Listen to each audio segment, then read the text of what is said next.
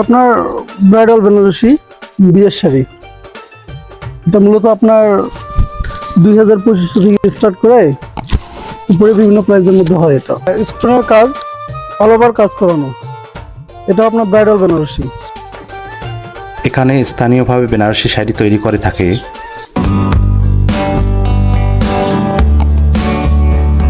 বেনারসি শাড়ি ঈদ, বিয়ে, পয়লা বৈশাখ সহ বিভিন্ন অনুষ্ঠানে মেয়েরা পরিধান করে থাকে। আজকে আমরা চলে আসছি এক বেনারসি পল্লীতে।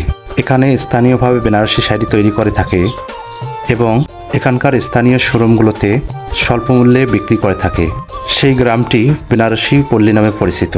এই গ্রামটি রংপুরের গঙ্গাছড়া উপজেলার গজঘণ্টা ইউনিয়নের তালুকহাবু গ্রাম। রংপুর থেকে 12 কিলোমিটার দূরে রংপুর মহিপুর রোডে অবস্থিত। প্রথমে আমরা এখানকার স্থানীয় শোরুমগুলোতে বেনারসি শাড়ি দেখব এবং সেগুলোর প্রাইস সম্পর্কে জানব। এর পরবর্তীতে যেখানে কাপড় তৈরি হয় সেখানে আমরা গিয়ে দেখব কিভাবে কাপড় তৈরি করা হয়। চলুন আমরা ভেতরে প্রবেশ করি এবং দেখে নেই এখানকার বেনারসি শাড়িগুলো। এখানকার মধ্যে এই রুমটি সবচেয়ে বড়। এর ভেতরের দৃশ্য অসাধারণ।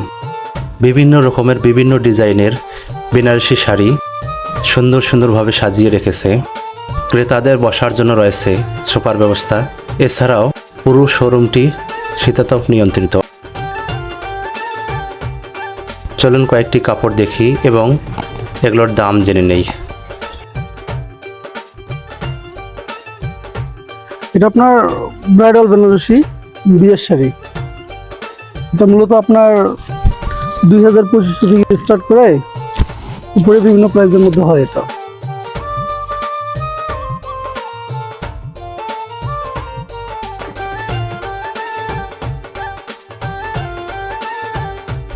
আপনার সিম্পল কাজের মধ্যে পিওর শার্টিং, কাপড়টা আপনার শার্টিং এর উপরে কাজ করানো।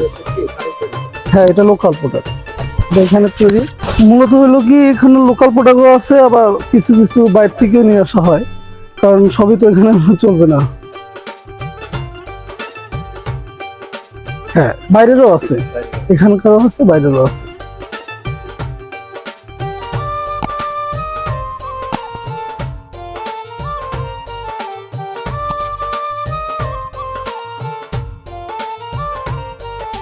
হ্যাঁ, স্টোনের কাজ, অল ওভার কাজ করানো, এটা আপনার ব্রাইডাল বেনারসি।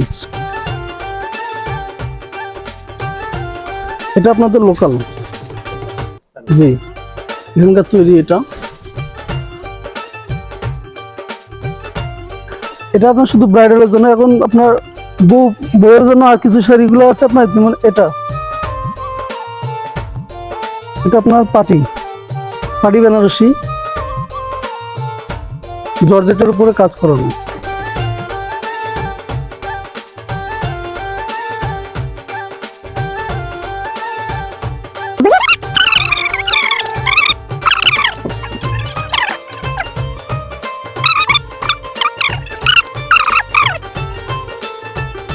এগুলো আপনার প্রাইস 3035 থেকে শুরু করেই উপরে বিভিন্ন প্রাইসের মধ্যে আছে। এটা আপনার পুরোটা, এটা আসল, ব্লাউজ পিসটা আমি গুঞ্জাই নিছি, এটা খুশি।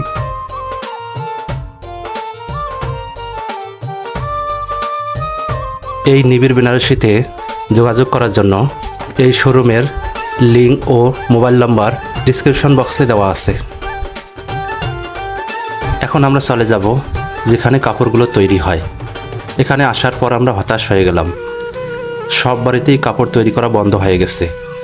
চারদিকে অনেক খোঁজাখুঁজি করলাম, কিন্তু কোথাও খুঁজে পেলাম না যে কাপড় তৈরি হচ্ছে। সব কারখানাই বন্ধ। এখানে স্থানীয় কয়েকজনকে জিজ্ঞাসা করে যা জানলাম, কি আপাতত বন্ধ? হ্যাঁ, আপাতত বন্ধ। কেন বন্ধ হয়েছে একটু বলতে পারবেন কি? মনে করেন বাইরের ইন্ডিয়া প্রোডাক্ট বাড়ার কারণে এই প্রোডাক্টগুলোর রেট বেশি, মনে করেন সুতা, কারিগর মজুরি সম্পূর্ণ রেট বেশি। হ্যাঁ, তার কারণে এখন পোষায় না। এখন অন্য প্রোডাকশন, মনে করেন অন্য প্রোডাক্ট রেট কম, এখন এইগুলো রেট কম বলে, এই কারণে বন্ধ হয়ে গেছে। হ্যাঁ। কোনো সময় সহযোগিতা করে তাহলে অবশ্যই এটা আবার সম্ভব আর চালু হওয়ার সম্ভাবনা আবার। একটি বাসায় ডাকাডাকির পর এক ভদ্রলোক বের হয়ে আসলো। ওনার বাসায়ও বৃহৎ পরিসরে কাপড় তৈরি করা হয়, কিন্তু উনি কারখানার বিষয়ে কোনো কথা বলতে রাজি না।